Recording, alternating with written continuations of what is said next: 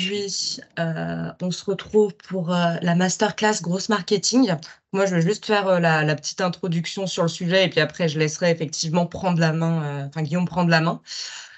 Donc là, aujourd'hui, on a décidé d'organiser cette masterclass pour vous présenter nos intervenants Guillaume et Gaspard, qui sont également des adhérents de Digital League avec l'entreprise Routine, donc qui est, je te laisserai présenter un peu plus en détail votre activité, mais effectivement, c'est un cabinet de conseil, d'accompagnement en fait sur le volet digital.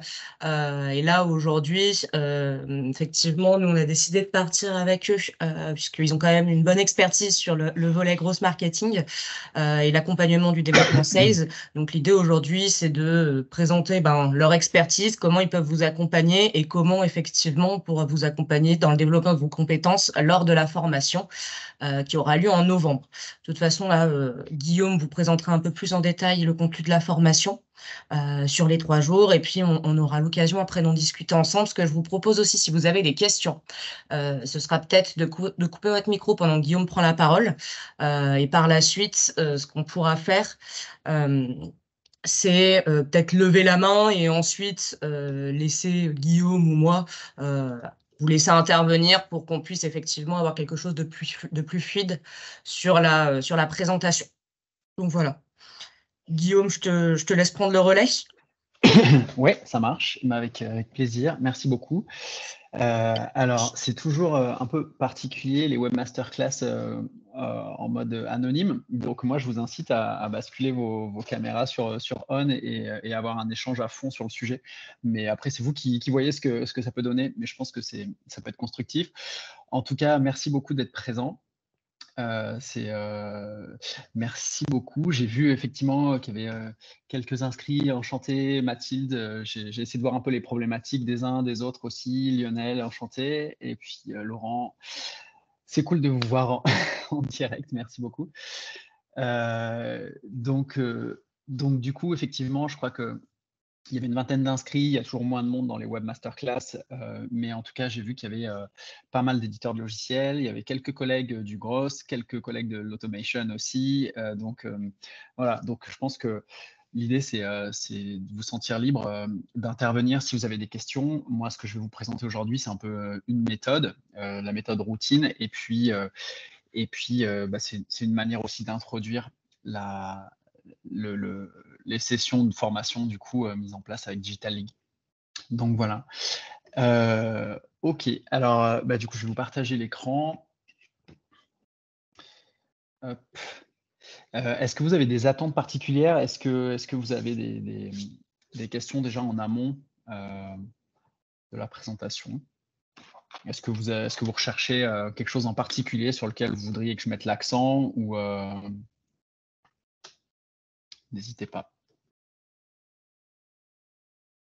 Non, pas de. C'est plutôt de la découverte. Ok. Alors, du coup, je vous partage ça. Alors, comme je suis pas malheureusement organisateur de la réunion, on m'interdit le partage. Je ne sais pas si tu m'entends, Céline, mais. Ok. Alors attends. Si... Effectivement. Si je te désigne comme présentateur, hop, normalement, c'est bon là. Ça marche, super. Et Parfait. Parfait. Yes. Ok. Alors,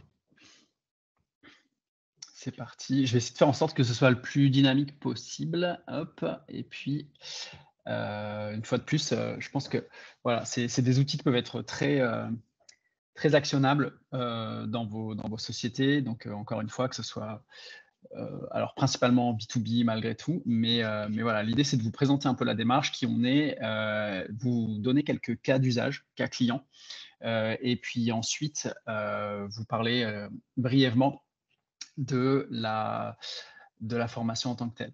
Donc je passe en mode grand écran. Il y a des choses sur lesquelles je vais peut-être aller vite, sauf si vous m'interrompez, mais je pense qu'il y a aussi différents niveaux de connaissances sur le sujet. Juste pour d'abord se représenter, donc moi je vais présenter seul, mais en réalité Routine, c'est 2 fondateurs et une équipe maintenant qui compte du coup au total 3 personnes.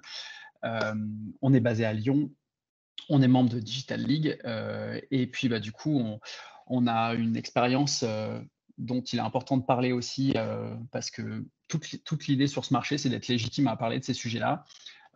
Et on pense que c'est le cas de notre côté avec une expérience en grand groupe comme responsable marketing France, une expérience commerciale, terrain, une expérience de start-up avec 2 levées de fonds en seed, et puis une expérience aussi à Lyon comme Head of Growth dans des boîtes qui s'appellent Dougs ou Head of Sales chez Potager City.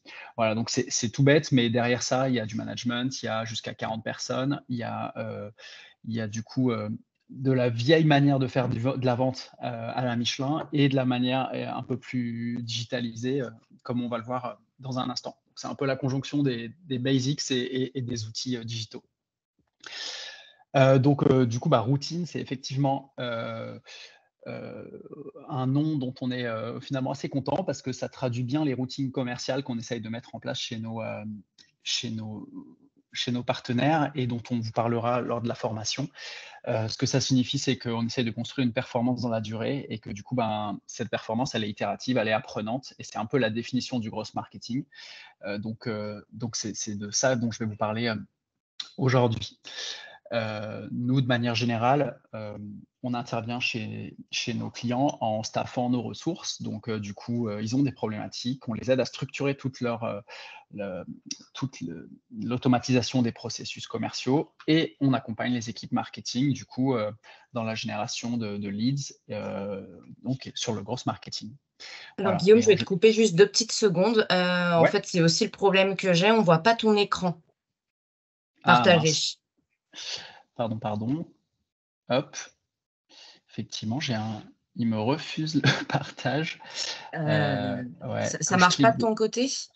non, quand je clique dessus alors attends, je vais voir, je Que réessaye. si jamais, au pire, moi, si on n'y arrive pas, je le partagerai, puis je passerai les slides, hein, si vraiment, Ouais, le problème, c'est que j'ai beaucoup de partage de choses, qui sont en complément des slides, donc c'est ennuyeux. Ah! Alors, ouais, je sais pas comment tu veux fonctionner. Je peux parce que là, je clique dessus et il revient en arrière et il me refuse le partage là. Alors Vous me attends, si confirmez? j'ai mis qui peut présenter tous. Donc normalement, là, tu devrais pouvoir le faire. Ouais. J'ai pas l'impression, désolé. Les aléas du direct. Ouais. Alors, je sais pas si tu peux me basculer Orga ou pas, mais peut-être que Attends, je vais prendre depuis,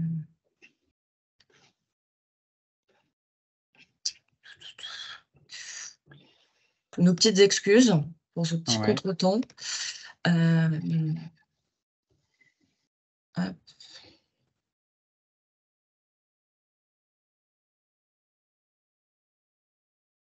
Mmh. Alors, Ouais, petit je souci vais essayer ici. de me déconnecter et de me reconnecter. Peut-être que ça va me permettre de mettre à jour, cette fonctionnalité. Désolé, ça marche? On fait comme ça. Ouais, OK. À tout de Bon, suite. donc nos excuses pour ce petit contretemps. Il semblerait que Teams fasse un petit peu des siennes, mais on va y arriver. Hem, hop.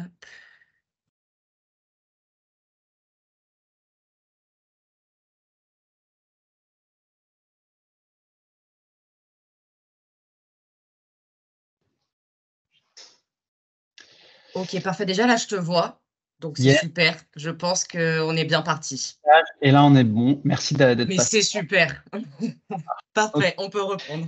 Grosse marketing deuxième. Désolé, j'ai pas mal de choses à vous partager, donc ça aurait été bête, effectivement.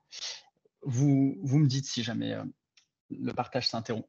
Donc voilà, je reviens pas sur notre expérience à tous les deux. C'est une aventure entre frères. On a déjà eu une entreprise par le passé ensemble et on a connu différents postes en grand groupe ou en scale-up à Lyon. Je vous parlais de routine. Nous, l'idée, c'est d'aider les équipes à structurer toute leur stratégie d'automatisation de process et d'accompagner l'équipe marketing sur la génération de leads, de l'acquisition à la conversion. Donc, on a aussi ce côté sales coach où on accompagne aussi en fin d'entonnoir, de funnel, les équipes à convertir. Voilà. Et donc, du coup, on est vraiment à la conjonction des deux. Tous nos clients veulent du growth immédiatement, tout de suite. Nous, on leur explique que ça sera en général plus efficace si on automatise d'abord les process et si au final on a on a finalement une stratégie complètement intégrée de gestion des leads, de lead management. Donc au final, on commence avec eux à faire un peu un état des lieux des forces en présence dans leur équipe commerciale. On agit un peu comme ce qu'on appelle des sales ops, donc une sorte de consultants internes auprès des équipes. Et puis, on bosse sur leur verticale, qu'on appelle nous dans notre jargon les ICP. Ensuite, sur les personas, la proposition de valeur. Et puis, on identifie avec eux tous les canaux, que ce soit inbound ou outbound, pour générer de la croissance. On met tout ça dans ce qu'on appelle nous un scaling lab. Je vous montrerai tout ça tout à l'heure. Ça permet vraiment de faire de la gestion de projet, de scorer les actions. Et puis ensuite, on se lance dans ces routines commerciales où on va cadencer et on va lancer en mode sprint, un peu comme du développement informatique, tous les 15 jours, différentes expérimentations. Voilà. On a un CRM qui gère un peu tous ces process et on a prédéfini un tunnel de conversion avec nos clients. Voilà. Donc ça, c'est la manière un peu, je passe un peu rapidement, mais ça permet simplement de se dire que du coup, il y a une structuration de cette stratégie de croissance et que du coup, c'est vraiment la conjonction entre de l'expertise qu'on peut amener et l'organisation. Et souvent, les gens oublient l'organisation et du coup, c'est important de remettre un peu à plat ces choses-là. Donc, ce qu'on essaye de faire, c'est mettre en place le growth marketing, qui est une méthode itérative. Donc, en fait, c'est une croissance qui est basée sur l'expérimentation permanente. Et c'est pour ça que vous avez ce graphique ici à gauche, c'est que vous avez différentes couches de croissance. Soit le levier activé fonctionne, soit il ne fonctionne pas et on le met de côté. Donc, finalement, c'est la conjonction des expérimentations et de la rapidité d'exécution qui font cette croissance. Ça, c'est intéressant. Et souvent, c'est difficile à mettre en place dans les boîtes parce que ça demande de sortir la tête du guidon et souvent, nos clients font appel à nous justement pour les aider à structurer tous les 15 jours, 3 semaines, cette démarche, pour faire le suivi, pour lancer de nouvelles actions et pour surtout appuyer opérationnellement leurs équipes. Voilà, donc ça, c'est notre mode de fonctionnement. C'est un fonctionnement qui est très lean. Donc, on identifie nos personas. Je vous montrerai comment on fait. C'est quelque chose qui parle à tout le monde. C'est quelque chose que très peu de boîtes font correctement, pour être honnête. Parce que du coup, quand on fait ce travail-là, on va chercher des éléments de langage, on va chercher énormément de choses qui font que nos communications, je vous montrerai des exemples, sont hyper personnalisées, hyper percutantes et se différencient vraiment du commun des mortels. Si je parle par exemple du mass mailing, voilà, c'est quelque chose qui est important de creuser. Et puis, on génère ces idées, on les priorise, on les teste et ensuite on analyse. Ça marche pas. Si ça marche, on généralise et on automatise. Donc, ça fait beaucoup de jargon. Ce que je veux dire par là, c'est que si ça marche sur une séquence de 100 ingénieurs biomédicaux dans les CHU qui gèrent le matériel, à qui on vend une solution, on va en chercher 1000 et on accélère et on automatise en lien avec le CRM. Voilà. Donc, c'est un peu l'idée globale. Et effectivement, il y a un petit outil que nous, on appelle le Scaling Lab, qui est un outil assez simple de gestion de projet, qui permet de scorer ces actions une fois qu'on les a identifiées et qui est un peu le cœur du réacteur. J'y reviendrai, je vous montrerai. Si ça va jusque-là, vous m'entendez bien, vous voyez bien l'écran? Ok, super, vous me dites. Donc nous, en général, on bascule très vite sur les cas clients pour vous montrer aussi ce que ça donne et pour vous donner une perspective. Donc du coup, par où est-ce qu'on commence? On commence par des choses très simples, soit un Notion, soit un Trello. On s'adapte à nos clients. On met en place ce qu'on appelle ce petit Scaling Lab qui va permettre de structurer la génération de leads. C'est-à-dire que c'est un outil dans lequel on aura à la fois nos personas, où on aura toutes les actions et le suivi de toutes les actions. Et puis, voilà, on aura identifié plein de leviers susceptibles d'être activés pour, du coup, faire cette croissance en couche qu'on a vu tout à l'heure. Donc, j'y reviendrai dans un instant. Alors, je peux, si d'ores et déjà, vous montrer ce que ça donne. Je vais vous prendre un cas client. Hop, je vous mets ça à l'écran. Vous le voyez, c'est un Trello. On s'est adapté un peu au format de nos clients.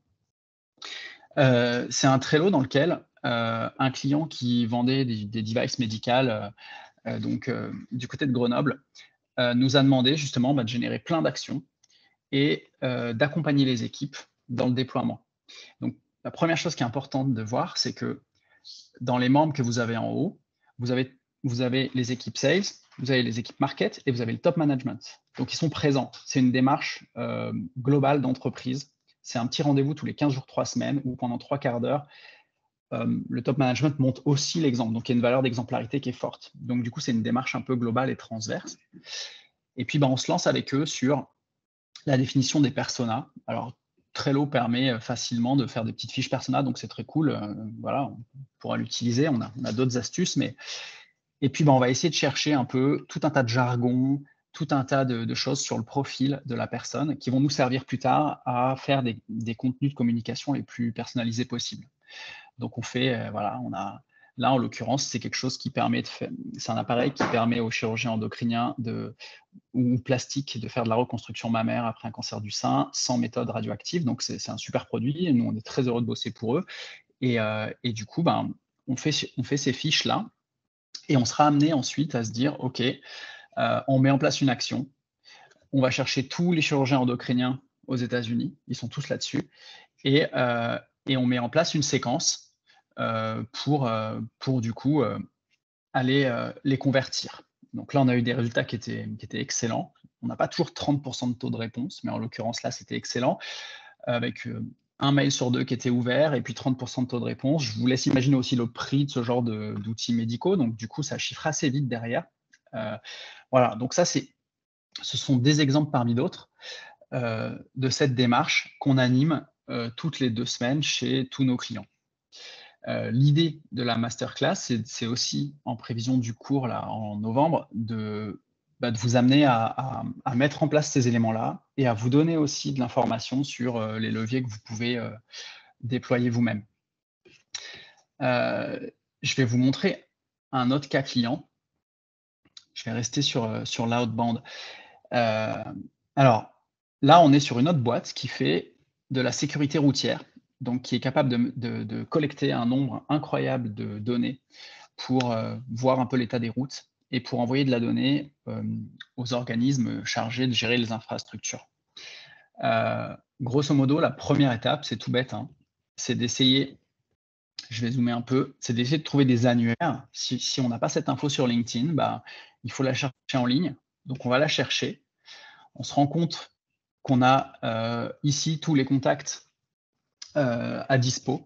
Et ensuite, selon vos capacités, selon ce que vous avez sous la main, mais on verra aussi ça pendant le cours en novembre, on est capable du coup de scraper ces éléments-là assez facilement, ou alors du coup en utilisant des outils un peu plus complexes, mais du coup on récupère énormément d'informations. Là, vous avez un petit outil qui s'appelle Instant Data Scraper, qui est assez génial et qui vous permet de récupérer assez rapidement pas mal d'informations. On vous expliquera pendant le cours comment faire. On vous expliquera aussi comment mettre cette information-là dans un fichier, comment faire en sorte que le fichier soit clean et comment faire en sorte de créer des champs personnalisés qu'on sera amené à utiliser dans notre communication de mailing massif par la suite. Donc, on est aux États-Unis, donc on essaye de penser un peu, de prévoir déjà un peu ce qu'on mettra dans le contenu des mails. On sait qu'ils couvrent une zone plus ou moins grande de réseau routier, etc., etc. Et du coup, ce que ça donne au global, dans un outil de call mail assez connu qui s'appelle Lemlist, qui en soi est facile à utiliser. Ce qui est compliqué, c'est le contenu qu'on met dedans et le niveau de personnalisation qu'on atteint. Et on arrive à avoir des mass mailing sur 1000 personnes avec des choses qui sont paramétrées et qui sont personnalisées pour chacun des gens qu'on va cibler. Et on n'est pas juste sur la campagne de base qui dit bonjour prénom, on est sur quelque chose où on a creusé très fort, très en profondeur les personas. Donc on connaît leur job, on sait ce qu'ils font, on reformule ce qu'on a compris de leurs besoins et on essaye du coup d'être les plus personnalisés possibles dans nos communications. Je vais au bout de ce cas client et puis après, si vous avez des questions, vous me direz. Du coup, en termes de résultats, je vous montre 2 campagnes. On a eu à peu près 70% de taux d'ouverture. Donc, ça veut dire que les gens s'intéressent à la question parce qu'on les respecte et qu'on parle un peu leur langage. ChatGPT est très cool pour ça. Hein. Demandez à ChatGPT quels sont les 10 objectifs professionnels de quelqu'un d'un MPO aux États-Unis, quelqu'un qui gère l'état des routes. Il va vous donner énormément d'éléments de langage qui vont vous permettre de personnaliser vos mails. Donc là, on a 70% de gens qui ont ouvert les mails, 10%, entre 10 et 15 qui ont répondu, et on a eu 13 démos en l'espace d'un mois et demi. Par confidentialité, je ne donnerai pas le prix du produit au bout du bout, mais c'est plusieurs dizaines de milliers d'euros. Donc, du coup, ça représente un vrai intérêt pour les boîtes qu'on accompagne. Voilà. Dont les commerciaux reprennent le lead là-dessus pour faire des démos et pour essayer de convertir ensuite leurs clients. Voilà, donc ça, c'est un premier exemple, un premier cas client qui marche très bien en B2B. Le call mail, ça marche hyper bien en B2B. Faut le savoir. Simplement, il faut savoir le faire. Et souvent, c'est là que le bas blesse, c'est souvent un peu compliqué. Donc, nous, on insistera beaucoup là-dessus. On a la deuxième journée en intégralité qui est consacrée à ça, pour vraiment maîtriser cet outil qui, nous, en tant qu'agence, occupe 60% de notre temps, je dirais, à peu près. Voilà. Est-ce que vous avez des questions à ce stade-là ou est-ce que vous voulez des précisions? C'est bon pour vous? Est-ce que vous voyez aussi éventuellement les applications sur vos boîtes? Je crois du coup, je regardais, je vois Mathilde chez Alma, je crois que tu bosses. J'ai vu que c'est un éditeur de logiciels. Est-ce que du coup, potentiellement, il y a des applications qui te semblent intéressantes à ce niveau-là? Bonjour. Oui, alors tout à fait. Après, là, enfin, moi, je travaille plutôt sous forme de séquence d'emailing. Là, j'ai l'impression que c'est un seul mail. Alors non, on est bien effectivement sur des séquences. D'accord. Donc tout est A/B testé et effectivement, on a des séquences voilà, qui tournent, qui peuvent alterner LinkedIn ou autre, mais on se rend compte que nous, les séquences assez simples sur l'email, à condition de bien savoir bosser sa base de données en amont, elles peuvent être très personnalisées et ça marche pas mal. Ça marche assez bien, ouais. Et du coup, ça rejoint la question que je posais dans le chat, c'est comment générer cette base de données parce que générer de la data, c'est facile. Générer de la data complète avec toutes ces métadonnées là que vous présentiez précédemment, là, c'est un niveau un peu au-dessus quand même. Ouais, donc on mettra le nez dedans pendant la formation, effectivement. C'est-à-dire que quand j'ai par exemple un autre client pour qui on a été amené à bosser au H7 qui s'appelle Bookinou, qui fait des liseuses pour enfants. Vous voyez toujours mon écran. Hein. Voilà, on a bossé avec eux sur le fait de faire des formules Excel, parfois un peu costauds, sur le retraitement de la base de données pour que ce soit le plus propre possible. Donc effectivement, on aura l'occasion, nous, de revoir cette partie-là. On vous donnera même un fichier Excel ou Google Sheet avec toutes les formules préformatées qui vous permettent de charger, par exemple, un fichier issu de Salesforce, de Sales Navigator ou de Drop Compact, je ne sais pas si ça vous parle ou pas, de charger ça dedans et ça permettra de le retraiter et d'avoir un fichier qui soit hyper clean et qui vous permette de mettre jusqu'à 4 ou 5 champs personnalisés dans vos emails, chose que la plupart des gens ne font pas en fait. C'est un peu compliqué d'aller au-delà de bonjour, prénom la plupart du temps. Ouais. Et du coup, effectivement, au final, savoir écrire les bons arguments proches des besoins utilisateurs, mais surtout se coltiner un peu la base de données, il y a des manières pour aller plus vite sur lesquelles on parlera, nous, dans la formation. Mais du coup, c'est pas juste de la donnée générée en inbound, c'est aussi de l'achat de base ou enfin, je sais pas comment vous faites, mais Ouais, en fait, il y a différentes manières d'aller chercher la donnée. J'ai un petit schéma là qui symbolise ça. Ça, c'est le mode opératoire un peu classique, vraiment le plus connu. C'est pas celui qu'on utilise le plus, mais on peut aller chercher l'info dans LinkedIn, sur Sales Navigator et ensuite utiliser différents outils jusqu'à la base Excel. Ouais. Mais on fera jamais l'économie de passer un peu de temps sur la base Excel que nos communications derrière soient efficaces. Voilà. Donc, ça, c'est une méthode parmi d'autres. Et du coup, voilà. Ok. Il y a une autre méthode. Tout à l'heure, je parlais des écoles. Nous, quand on bosse pour des boîtes, par exemple, comme celle-ci, comme pour les liseuses pour enfants, on tape annuaire avec le nom de la boîte qu'on cherche. Et souvent, que ce soit sur DataGouv ou sur d'autres sites, on se retrouve avec toutes les écoles élémentaires, avec les emails, les numéros de téléphone. Et là, de la même manière, il y a des outils hyper simples comme celui que je montrais tout à l'heure, qui s'appelle Instant Data Scraper, qui va comprendre comment est construite la base de données et qui va nous récupérer le nombre d'élèves par classe, les numéros de téléphone, les emails, toutes les informations. Voilà. Donc tout ça pour dire que oui, le travail sur la base de données, c'est costaud et on vous donnera les clés pour bosser là-dessus parce que c'est souvent ce qui fait la différence entre des taux d'ouverture à plus de 60% et des taux à moins de 10% et puis des taux de réponse derrière aussi. Ouais. Voilà. Est-ce qu'il y a une autre question ou Lionel, ça va, c'est à peu près clair Ça va, ouais. Ça va. Ok, ça marche. Guillaume, il y avait une autre question dans le chat là du coup de Ouais. Julie qui était effectivement est-ce que le cold mailing est OK niveau RGPD? Puis je la laisserai effectivement après ouvrir son micro si besoin. Alors, la réponse est oui quand on s'adresse à des cibles B2B, c'est-à-dire que le carton rouge, c'est la partie B2C. Donc, on ne peut pas s'adresser directement à des particuliers, à moins d'avoir obtenu leur accord. C'est ce qu'on appelle les opt-in. Donc, c'est des petites cases à cocher que tout le monde connaît. Et voilà. Donc ça pour le coup, c'est quelque chose qui est carton rouge.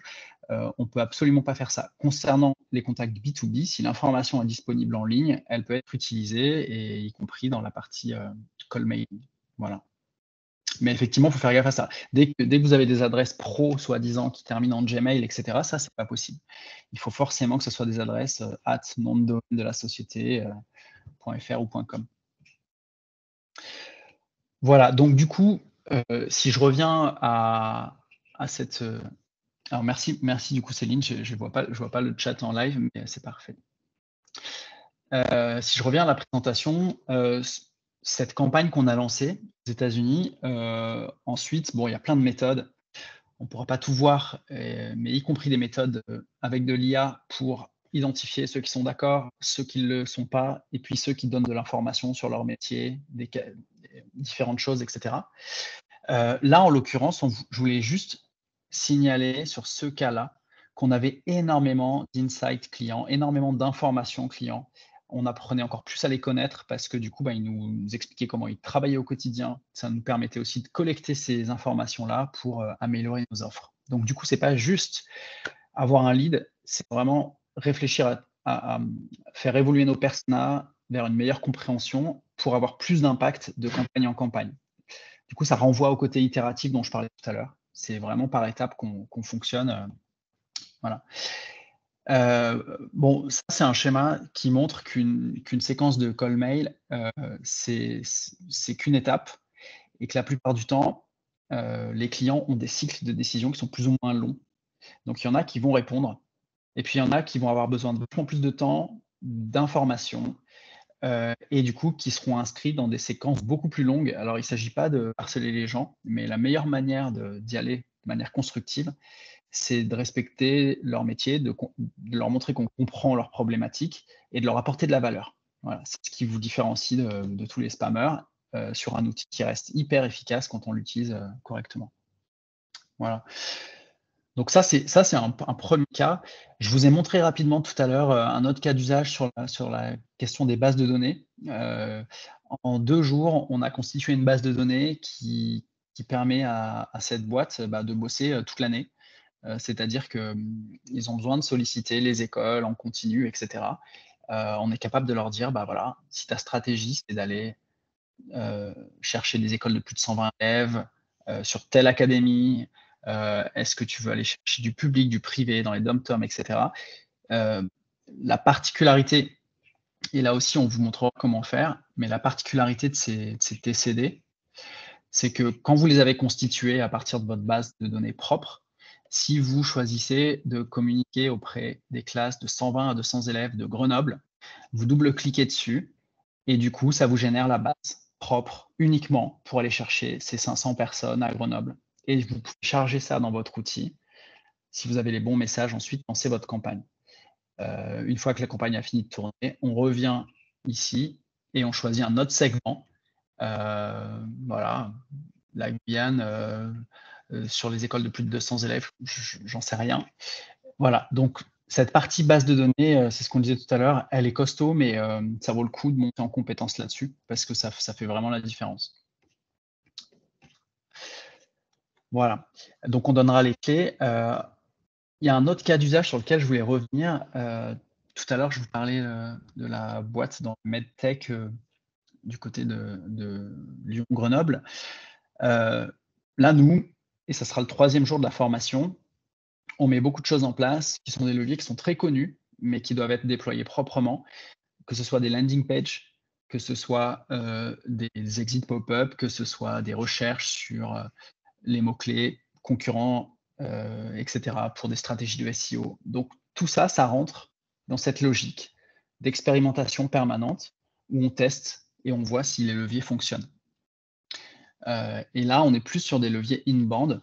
Donc, pour vous rappeler un peu le schéma de tout à l'heure, en acquisition, on est effectivement plus de ce côté-là, où on va bosser d'autres leviers d'acquisition.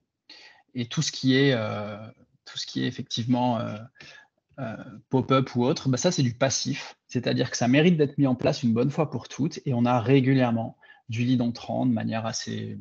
dans des petits volumes, certes, hein, mais ça rentre. Voilà. Donc voilà les différents cas d'usage que je voulais vous montrer.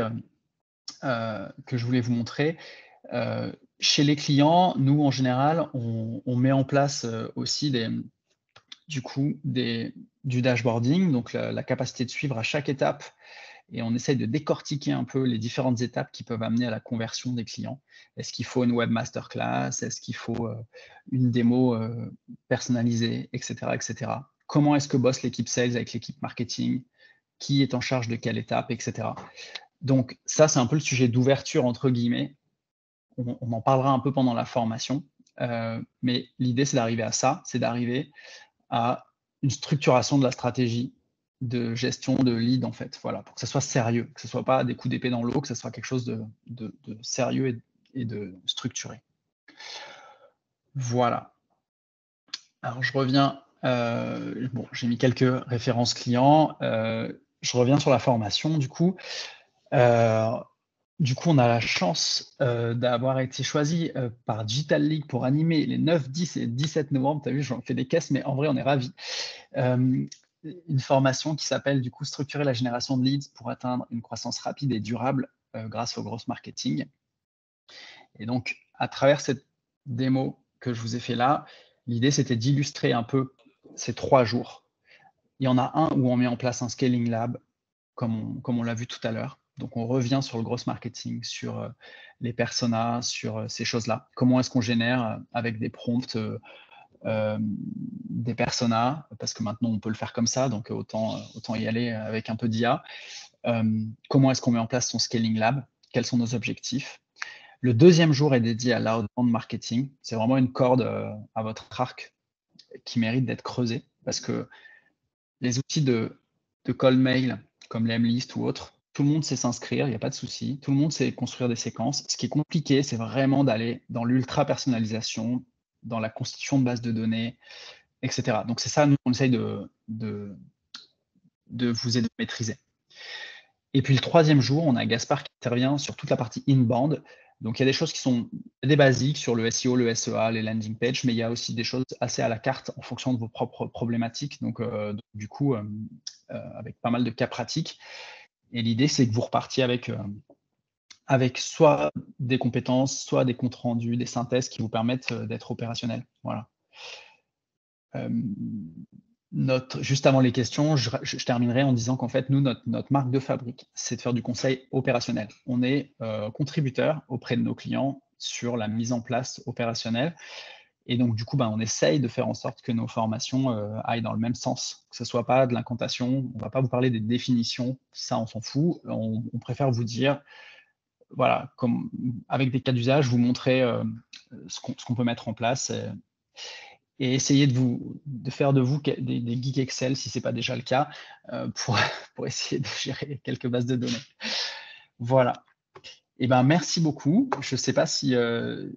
merci pour les questions aussi dans le chat et merci pour les interventions. Si vous avez des questions, alors pour Freemie, on a mis quelques notes aussi, parce qu'on est sales coach, donc on a mis quelques notes. On est bien noté aussi chez Digital League. Je sais qu'on a déjà fait une formation en interne. Voilà. Donc, si vous avez des questions, alors pardon, ça c'est ma présentation, mais hop. Si vous avez des questions, ce sera avec plaisir. Moi, j'en ai une. Vous visez combien de personnes sur ce type de formation? La taille du groupe Du coup, maximum 10, c'est-à-dire qu'on a l'habitude de faire sur ce format. On fait ça avec d'autres structures. Il y en a une à Lyon qui est connue, qui s'appelle Hub 612, où on accompagne leur boîte et ils sont entre 6 et 10 à chaque fois. Voilà. Ça permet vraiment de faire du cas par cas. Et nous, alors, je l'ai fait brièvement en regardant les boîtes des uns des autres ou les profils, mais ça nous permet, nous, de bosser en amont les boîtes, leurs problématiques, et puis de ressortir de la formation avec des choses mises en place, en fait, pour la suite. Voilà.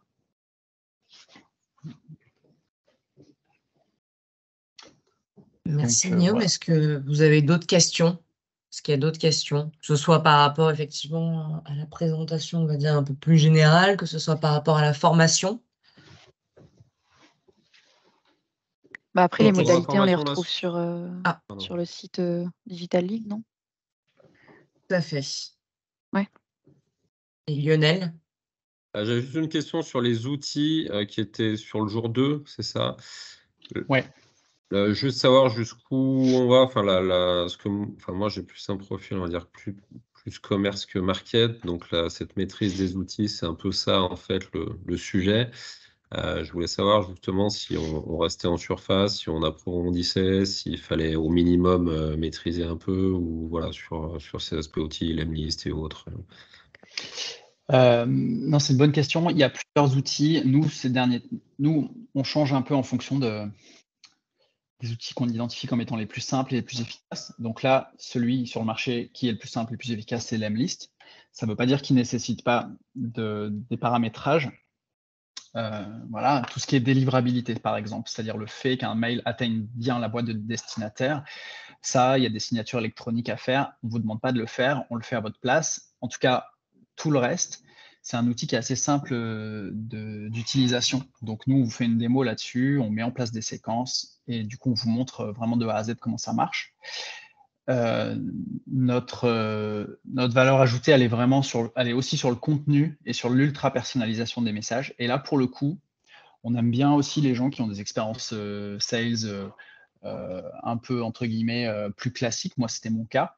Parce que du coup, il y a une meilleure compréhension des clients et c'est souvent ça qui fait la différence. C'est-à-dire que c'est des outils qui sont très utilisés par par des nouveaux arrivants commerciaux sur le marché et qui du coup vont très vite vers le produit, réfléchissent pas aux besoins clients, etc. Donc en fait, je pense que c'est plus un atout d'arriver avec cette expérience commerciale. Voilà, je pense que voilà, l'outil en lui-même pose aucun problème. Okay. J'avais un chef qui disait sheet in, sheet out. Désolé pour le terme, hein, mais voilà, la question c'est ce qu'on met dans l'outil et ce qui en ressort. C'est pas tellement l'outil en lui-même. Hein, voilà. Ok, ça marche. Merci. Plaisir. Est-ce que vous avez d'autres questions? Ok. Du coup, je prends ça pour un non. Donc, merci beaucoup, Guillaume, en tout cas, et merci à tous, du coup, d'avoir participé à cette masterclass. L'idée, là, effectivement, comme il l'a bien présenté, c'est qu'il va y avoir 3 jours en novembre. Nous aussi, on est ravis de le faire avec vous. Et du coup, là, l'idée, c'est effectivement, on pourra, je renverrai un mail de toute façon suite à cette masterclass pour vous repartager le lien de la formation pour avoir à nouveau le détail du contenu. On repartagera également la masterclass aux participants et aux adhérents, donc ça vous permettra effectivement de la reconsulter si besoin. N'hésitez pas, si vous avez des questions, je mettrai peut-être le contact de Guillaume et puis celui de Laure et également le mien en son absence. Si vous avez des questions sur la formation et le déroulé, voilà, n'hésitez pas. Et pour info, ça aura lieu du coup à Lyon pour les 2 premiers jours. On n'a pas encore communiqué sur le lieu, mais ce sera à Lyrig, pas loin de la Altony Garnier, dans le 7e. Donc facilement accessible aussi pour les Lyonnais, mais pas que. C'est pas très loin de la gare Perrache, donc à titre d'info, c'est aussi assez pratique. Ouais, et de mémoire, avec le 3e jour en remote, c'est-à-dire Ouais, deux en physique et le 3e c'est ça. en remote. Voilà. Super. Bon, bah écoutez, merci beaucoup. Merci Bah ouais, beaucoup, merci à Guillaume. vous. Merci pour les questions. J'espère que c'était utile. Et puis du coup, voilà, n'hésitez pas, effectivement, si vous avez des questions. Et puis, bah, j'espère que je vous retrouve le 9, 10, 17. Je fais ma pub avec grand plaisir. Voilà. Merci.